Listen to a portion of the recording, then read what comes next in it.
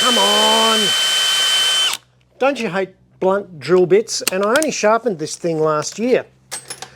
Let's go up the road and see Sam from Horsley, because he knows a thing or two about sharpening drill bits for your farm. And you should never go anywhere without a present.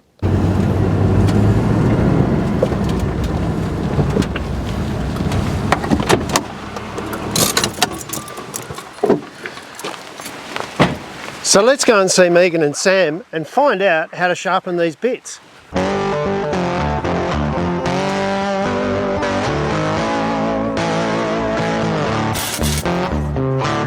Hey, how you going? Lovely to see you again. You too. You've been busy. Yes, got a couple of calves on the run, so. Few potties. Yeah. What's happening? How old are they at the moment? Well, just shy of 2 weeks.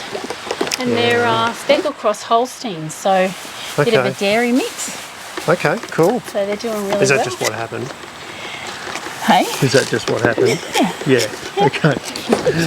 Part of the menagerie, eh? Yep, that's right. And what are you doing here today, Tim? I've got a present for Sam. You know how he loves drill bits? Well, I want to know how to sharpen them properly. So rather than being one of those people who just turns up and expects him to sharpen them, I expect him to teach us how to sharpen them. He'll love that. Oh, won't he? So what do you reckon? Is he in a good mood today? Well, he was. Hey, Sam. Hey, Tim, how you going? What are you doing here today, bloke? Mate, I've got a bit of a present for you today. Oh, really, man? Oh, nothing but the best for you, mate. You shouldn't have, bloke. Thank you very much. No worries. I'm curious what it is. Drill bits. You love it when people bring you drill bits, don't you, mate? You want me to sharpen them? Isn't that what everyone does? They bring you drill bits? Yeah, they do. All right, I've got something different today, mate. What's that? I want to learn how to sharpen drill bits so people stop annoying you with drill bits. Yeah. Okay. I bought you some really good ones. Yeah, they're shagged. They're shagged. Well, they're mine. Of course they're shagged. Yep. Well, let's go and find you a grinder, mate. Yep. Because I reckon after this you owe me a favour, because no one's going to come and bother you with drill bits anymore. I'd be happy for that. Maybe we can even sharpen this. Maybe we can build up to that. All right, so Sam, this is where the magic happens, mate. We've got our grinder. Yep, little bench grinder. We will need a grinder to sharpen drill bits. The only way to do it. The only way to do it. Can you take me through, step by step, please, mate, how we sharpen a drill bit? Rightio, so the first part about sharpening a drill bit is getting the cutting edge, this face here, which is known as the land, ground up nice and neat. And we've also got to make sure that the centre bit, the centre, is actually in dead centre. If not, the drill bit will skate off. So to get the land right, I suggest you use a drill sharpening jig, and you bring it up, you sit it on there, and it shows you the exact centre on both sides, so your drill bit doesn't walk, and the angle to sharpen your drill bits at. So you look at that millimetre mark, and you just, by turning it, you get the exact same distance. Also, sharpen them before they get terribly blunt, because if you overwork them, they chip, and you have to work a lot harder to grind all that material away.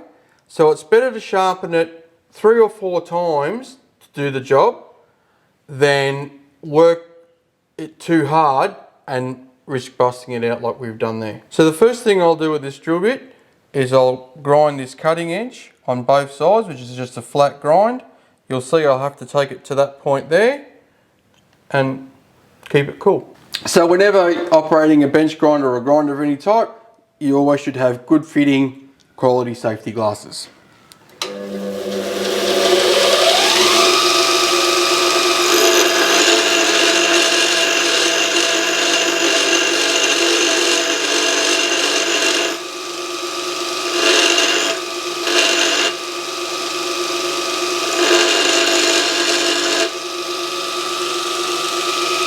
So Sam, your first grind looked like it was just a straight flat grind. You've just literally gone straight into the grinder to get your edge right. That's correct. You can see I've just come through and literally flat ground both those edges away. You can see I've got the land nice and sharp. And all you do is you line your drill bit up with that, and you can see I've got the angle perfect, and you see I'm reading just past 10 mil. We turn it around, bring it up there, got the angle perfect, and I'm just past 10 mil.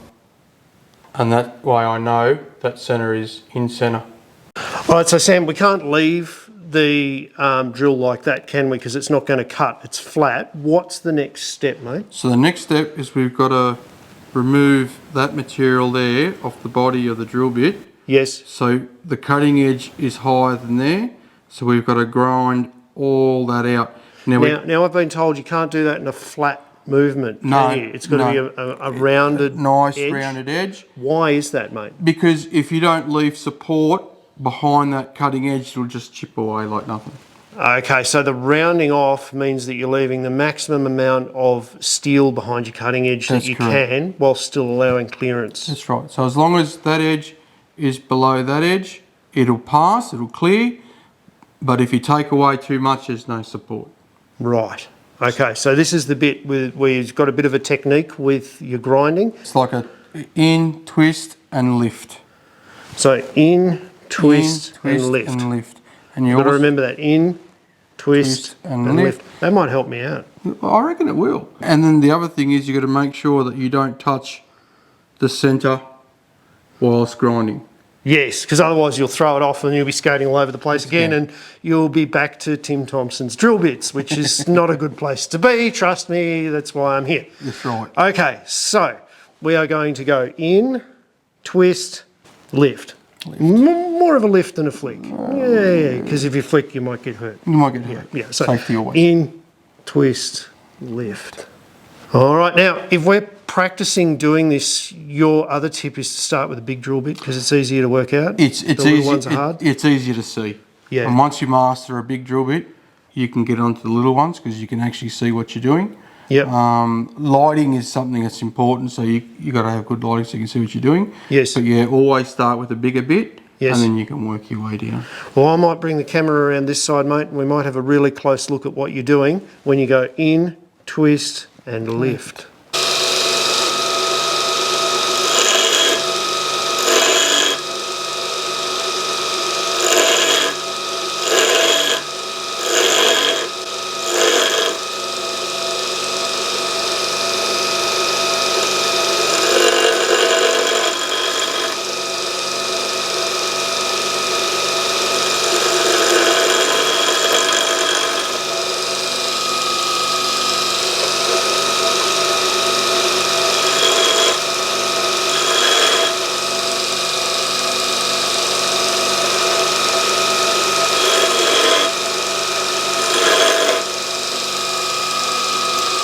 Now talk me through there, mate. Exactly what were you looking at while you were pushing in, twisting and lifting?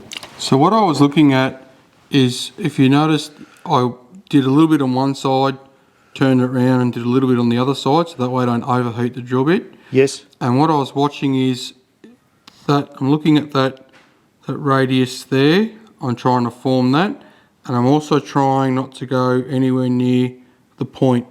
So I don't. So if we're practicing, we'd probably want to put our jig back on when we finish, just to make sure that we haven't accidentally moved the point. That's right. Like if you keep your jig on there. The other trick is if you colour that in, that edge of the land there with the texture. Yes. And then you know that whether you've touched it or not because you've taken the texture mark off. Yes. So that's another good trick to get rid of it.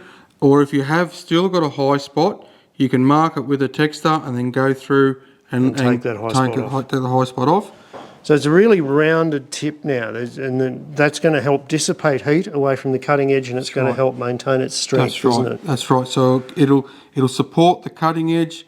It'll take away rubbing, so it won't dissipate the heat, and the swarf will be able to come through and curl, and away it goes.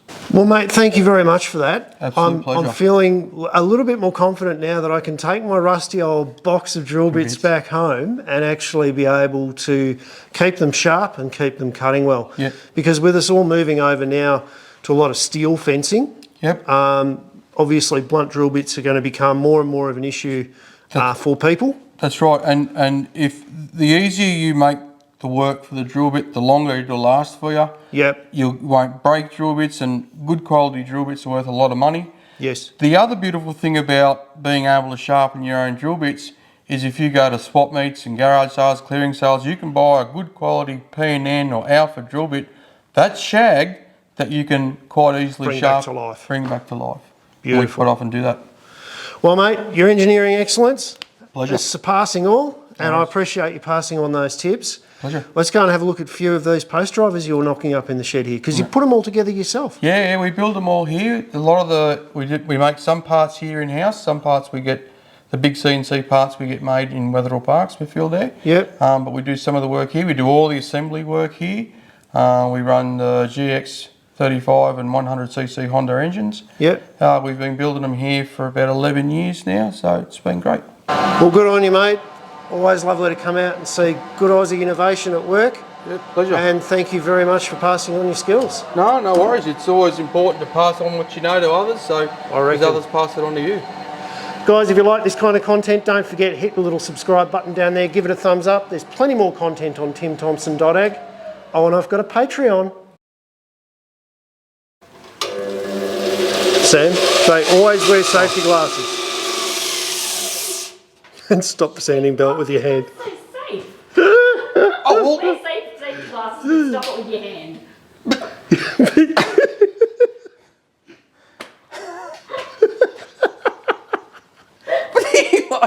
Sorry. So